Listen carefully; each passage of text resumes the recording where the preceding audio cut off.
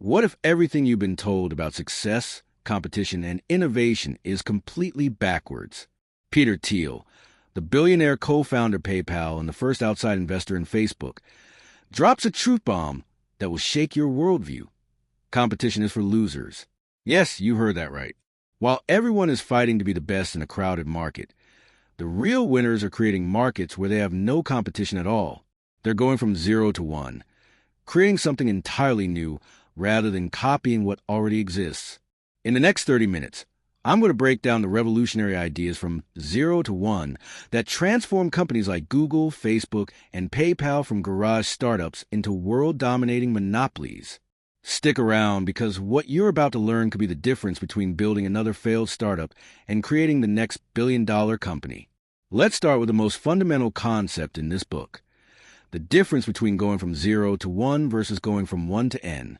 When you go from 1 to N, you're taking something that exists and making more of it.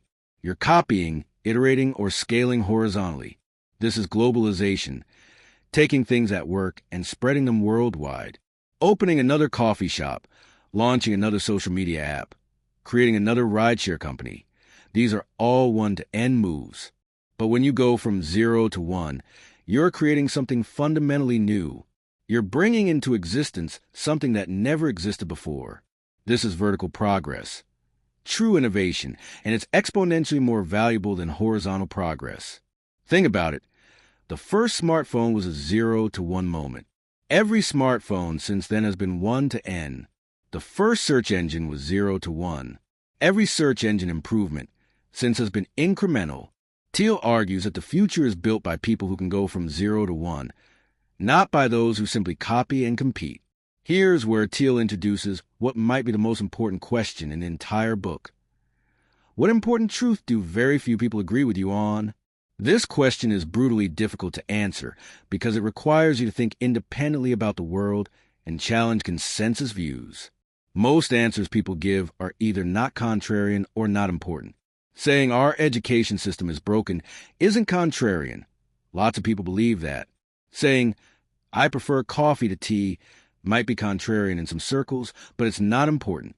A good contrarian answer should sound like, most people believe X, but the truth is the opposite of X. And this truth should matter for the future of humanity or business. Thiel's own answer evolves throughout the book, but one version is, most people think the future of the world will be defined by globalization, but the truth is that technology matters more. Without technological progress, China and India might become more prosperous but also more polluted. If those billion-plus people all converge on current Western consumption patterns, the environmental results would be catastrophic. The ability to think contrarian thoughts is essential because every correct business insight is necessarily something that most people don't understand yet. If everyone could see the opportunity, someone would have already seized it. Now we get to the controversial heart of the book. Thiel's defense of monopoly. In economics class, you learn that perfect competition is the ideal state of affairs. Multiple companies compete, prices get driven down to marginal cost, and consumers win. Monopolies, on the other hand, are supposedly evil. They can charge whatever they want and exploit consumers. Thiel flips this on its head. He argues that competition is actually destructive, while monopoly is a condition of every successful business. Here's why. In perfect competition, no company makes an economic profit in the long run. Airlines are the perfect example. Despite moving millions of people around the world, airlines as an industry barely make money because they're in brutal competition with each other. In 2012, the average airline made about 37 cents per passenger trip. Compare that to Google, which had a 21% profit margin that same year. Google is what Thiel calls a creative monopoly, a company so good at what it does that no other firm can offer a close substitute. These monopolies don't exploit consumers. They give them more choices by adding entirely new categories of products to the world. The paradox is that monopolists have an incentive to lie about being monopolies, while competitive companies have an incentive to lie about facing competition. Google downplays its dominance by defining itself as part of the broad advertising market or technology company, rather than search engine market. Meanwhile, a struggling restaurant defines itself as the only authentic Nepalese restaurant in Palo Alto, rather than one of thousands of restaurants in the Bay Area. The real lesson: if you want to create lasting value, don't compete. Build a monopoly. So what makes a company a successful monopoly? Thiel identifies 4 key characteristics. First, proprietary technology. Your technology should be at least 10 times better than the closest substitute to have a real monopolistic edge. Google's search algorithms were significantly better than anything else when it launched. Amazon has more books than any physical bookstore could hold.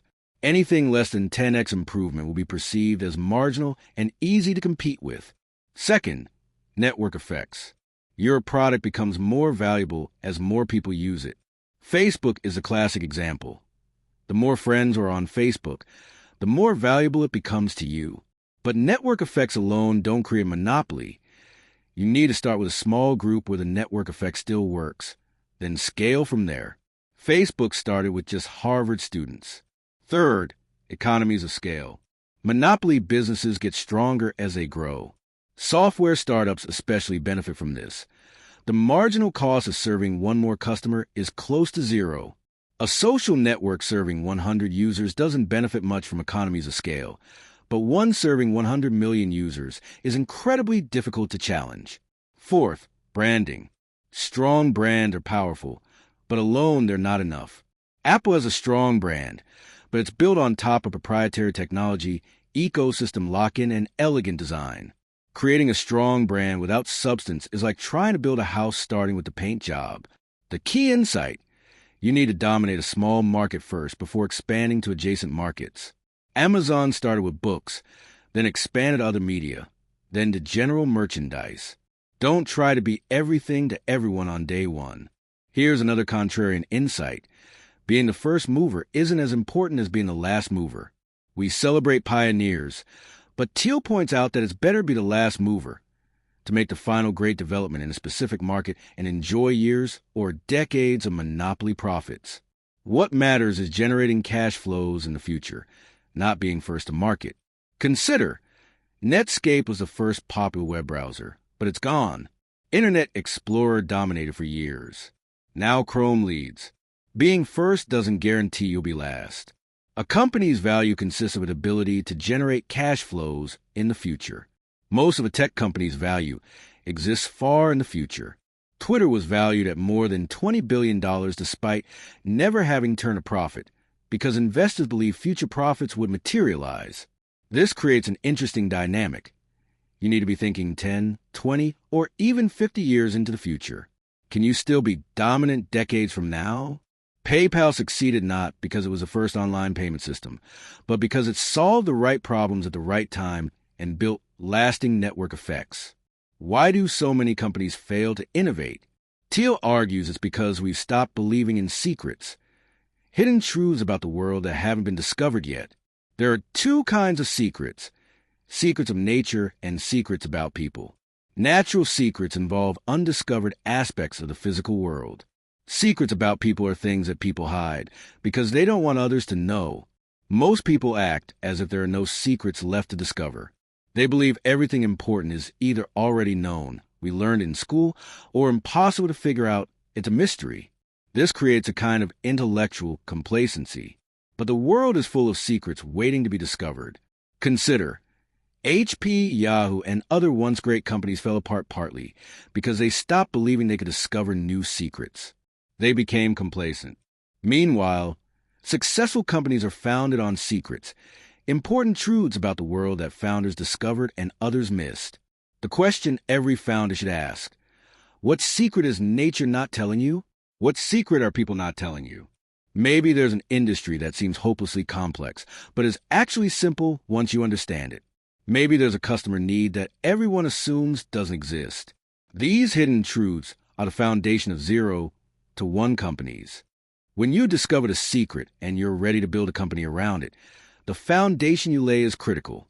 Thiel emphasizes that early mistakes in company building are very difficult to correct later. Founding team. The relationship between founders is like a marriage, and founder conflict is one of the top reasons startups fail. Before starting a company, make sure you've known your co-founders for a substantial time in a non-professional context. A founder you just met at a networking event is a huge red flag. Ownership, possession, and control. You need to carefully distinguish between who owns a company equity, who runs a day-to-day management, and who formally governs a board. Misalignment between these creates dysfunction. Keep your board small. 3 people for a private company, never more than 5. Every board member should be either an executive or a key investor, never simply an advisor or prestigious name. Compensation. How you pay people reveals your values. Cash bonuses encourage short-term thinking. Equity compensation means everyone has a stake in creating long-term value. Thiel recommends that everyone at a startup should be either full-time or not at all. People who are advising or consulting are essentially saying they have one foot out the door. The CEO's salary is particularly revealing. In the startup world, low CEO pay is a good sign. If a CEO takes a high salary, it signals that the company has limited upside. Thiel suggests that startups should pay CEOs $100,000 to $150,000 per year, enough to survive but low enough to keep incentives aligned. Thiel introduces a concept of the PayPal Mafia, the tight-knit group of people who worked at PayPal and went on to found or fund companies like Tesla, LinkedIn, YouTube, Yelp, Yammer, and SpaceX. What made PayPal different wasn't ping-pong tables or free lunches. It was that everyone was obsessed with a mission, creating a new digital currency. More importantly, everyone genuinely liked each other and wanted to work together. The key question Thiel asks in interviews: why would someone join your company as the 20th engineer when they could get a safe job at Google for more money and more prestige? The only good answers are about the company's mission and team. If you're offering equity in a future monopoly, you need to explain why your mission is compelling and why your team is uniquely suited to achieve it. Generic answers about working with talented people or having autonomy don't cut it. You can get those things anywhere. Culture doesn't mean superficial perks. It means shared understanding about what matters and how to approach problems. The best cultures emerge from people who are genuinely aligned on important truths, not from forced team-building exercises. Here's a truth that engineers hate to hear: superior products don't sell themselves. Thiel dedicates significant space to distribution, how you actually get your product to customers. Many technical founders believe that if they build something great, customers will naturally find it. This is almost never true. The distribution strategy depends on customer lifetime value, LTV, and customer acquisition costs, CAC. If your product costs millions of dollars, you need a direct sales force with executives making personal relationships. If it costs thousands, you might need a traditional sales team. If it costs hundreds or less, you need marketing and advertising. If it costs very little or nothing, you need viral growth. Most valuable businesses fall into one distribution channel. Poor distribution, not product, is the number one cause of failure. The most powerful distribution is viral growth, where users themselves bring in new users. PayPal gave people money for signing up and referring friends. Dropbox gave extra storage for referrals. But viral growth only works if the product has inherent reasons for users to invite others. For enterprise sales, remember, decision makers care about their own incentives, which may differ from what's best for the company. A product that threatens middle managers' jobs will face resistance, even if it would help the CEO. Understanding personal dynamics is just as important as having a great product. One of Thiel's most interesting arguments is about the relationship between computers and humans. He rejects the common fear that computers will replace human workers entirely. Instead, Thiel argues that the most valuable companies in the coming decades won't replace humans with computers. They'll figure out how computers can help humans do things that were previously impossible. He uses PayPal as an example. Early on, PayPal tried to create AI to detect fraud automatically. It didn't work well enough. Instead, they built software that helped human analysts identify fraud much more effectively. The combination of human judgment and computer processing power was more powerful than either alone. This is what he calls complementary, rather than substitutive, technology. Computers are good at processing vast amounts of data. Humans are good at making judgments in complex situations with incomplete information. The future belongs to companies that can integrate both. Thiel believes the most valuable companies won't be pure AI companies that eliminate human involvement, but rather companies that use computers to augment human capabilities in ways that create entirely new possibilities. Thiel provides 7 questions that every company must answer correctly. 1. The engineering question. Can you create breakthrough technology instead of incremental improvements? Remember the 10x rule. You need to be dramatically better, not marginally better. 2. The timing question. Is now the right time to start this particular business? Being too early is the same as being wrong. Many good ideas fail because the timing isn't right. 3. The monopoly question. Are you starting with a big share of a small market? Don't describe your market as the intersection of multiple large markets. That's a red flag. Amazon was a bookstore, not a universal retailer, at the start. For the people question, do you have the right team? Are they aligned on the mission? Do they have complementary skills? 5. The distribution question. Do you have a way to deliver your product? Product development is important, but so is distribution. You need both. 6. The durability question. Will your market position be defensible 10 and 20 years into the future? First mover advantage doesn't matter if someone else comes along and unseats you. 7. The secret question. Have you identified a unique opportunity that others don't see?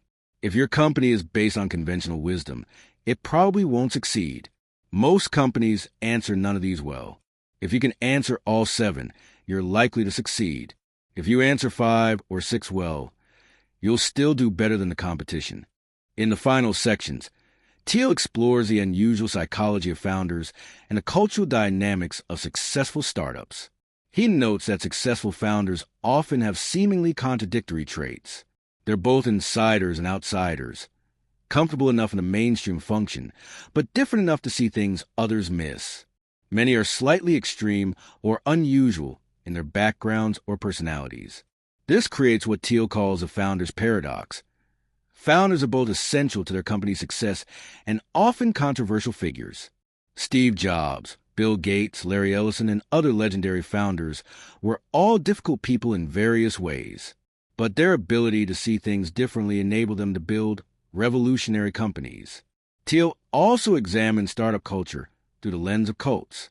He notes that the greatest companies have cult-like cultures in some ways, strong shared beliefs, clear sense of mission, distinctive practices. But unlike destructive cults, successful company cultures are fanatically focused on creating value in the world, not just on maintaining internal cohesion. The key difference: cults cut members off from the outside world, while great companies are intensely focused on changing the outside world. Thiel ends with a call to action. The future won't just happen on its own. We have to create it. There's a common view that progress is inevitable, that technology marches forward automatically, that the future will be better than the present simply because time passes. Thiel rejects this deterministic view. Progress requires human agency, specific choices, and bold action. The most important insight from 0 to 1 is that creating new things is both harder and more important than we typically acknowledge. It's not enough to be smart or hardworking. You need to think independently, discover secrets others have missed, and build something genuinely new. Vertical progress, going from 0 to 1, is what creates real value in the world. It's what built Google's search engine, Facebook's social network, and Tesla's electric cars. These weren't incremental improvements. They were fundamentally new approaches to problems. The question Thiel leaves us with is profound. What valuable company is nobody building? That question forces you to think about both importance and contrarian insight. What's important enough to matter, but unconventional enough that other smart people have missed it? For Thiel, the future of innovation isn't about doing what everyone else is doing, just slightly better. It's about finding entirely new paths. It's about monopolies rather than competition, secrets rather than conventional wisdom, and creating something that never existed before. So here's the question I want to leave you with today, and I really want you to think deeply about this. If you had to start a company tomorrow that could become a monopoly in 10 years, what secret would you build it on? What do you know to be true that almost nobody agrees with you about? Seriously, pause for a moment and think about it, because that answer, that contrarian truth you've discovered, could be worth billions of dollars. It could change an entire industry. It could improve millions of lives. Drop your answer in the comments below. I'm genuinely curious what secrets you all have discovered. And who knows, maybe someone reading the comments will want to join you in building that 0 to 1 company. Now, if you found value in this deep dive into Peter Thiel's revolutionary ideas, here's what I need you to do. Hit that subscribe button right now. We break down the most important books in business, psychology, and personal development every single week. Each video is designed to give you actionable insights you can use immediately. Whether you're building a startup, advancing your career, or just try to think more clearly about the world. We got upcoming videos on the lean startup, high output management, Principles by Ray Dalio, and so many more game-changing books that top entrepreneurs and investors use as their playbooks. And make sure you hit that notification bell so you don't miss any uploads. The next video could contain the exact insight you need to make your next breakthrough. Also, if you think someone in your network needs to hear these ideas, maybe a friend who's thinking about starting a company or a colleague who's stuck in competitive thinking, share this video with them. Peter Thiel's concepts are literally worth billions if applied correctly, and you could be the person who introduces someone to the idea that changes their life. Finally, let me know in the comments, what book should I break down next? What ideas do you want to explore? This channel is for you, and I want to cover the content that will have the biggest impact on your journey. Remember, the future isn't something that just happens to us. It's something we create, and it starts with going from 0 to 1. Thanks for watching, and I'll see you in the next video. Now go out there and build something the world has never seen before.